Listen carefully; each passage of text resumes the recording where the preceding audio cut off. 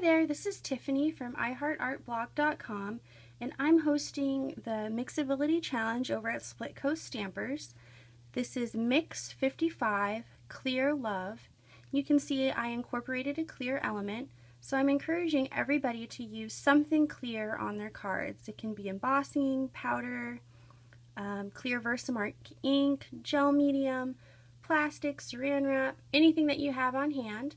And you can make any sort of project, doesn't have to be a card, but I'm going to show you how I made mine. So let's begin.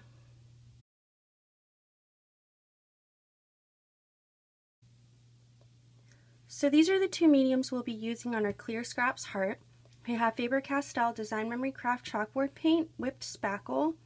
Whipped spackle is pretty much like embossing paste or modeling paste, but it dries matte so that you can add other watercolor mediums on top.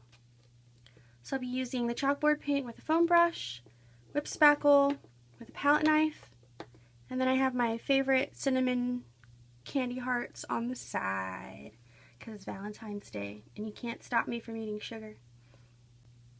In addition to the mediums, you'll also need various other supplies to complete your card. This is a Studio Calico Mr. Huey's mask. You can use any stencil or mask. I have my Dots 3D, my stick permanent adhesive, a little heart stamp in my black ink of choice. This is from Lawn Fawn. And then I also have elements from my Cup Cards to Go Valentine's Day kit, but if you don't have that, you can use the Doodlebug arrow stickers along with the matching paper. And then this is Crate Paper's 14 line.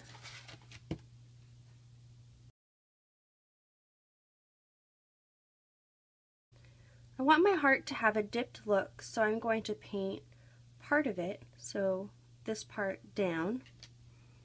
You only need a little bit. Little goes a long way.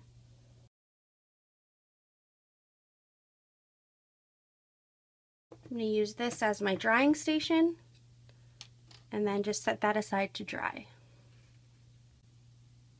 Once your chalkboard paint is dry, we're going to move on to the whipped spackle. And again, the whipped spackle is in between embossing paste and modeling paste. It dries matte and a little bit poofy, so it can handle watercolor mediums on top. You can also tint it. I'm just going to use it in its pure form, leave it white. And I have the Studio Calico stencil that I'm going to use. I'm going to hold my stencil in place and just run my whipped spackle through.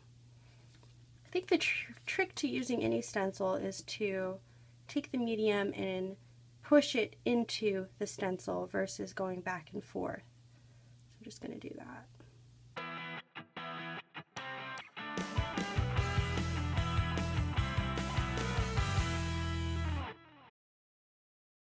So now just make sure to wash your stencil and your palette knife and let that dry. So now we're going to etch a design into the chalkboard paint. You have to remember that it's going to show through the opposite side. And we did this project at CHA, but in a necklace form, not a card form. So you just take a Pitt pastel pencil or whatever fine tip pencil you have. It can be anything. You're just going to use it to etch a design. You can even use a toothpick. And you're going to hold your heart and just doodle a design. I'm going to write love.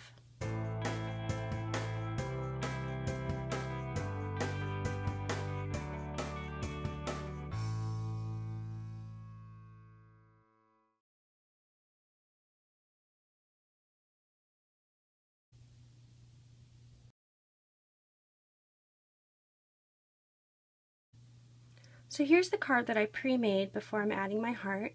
I just created a banner and I adhered to the banner pieces and then added some sewing. So now I'm just going to attach my heart. There's a little hole up here, but if you had a solid heart, you could use a glue dot. At wherever the chalkboard is, you could just use a glue dot so it doesn't show through, or you could use some adhesive sheets.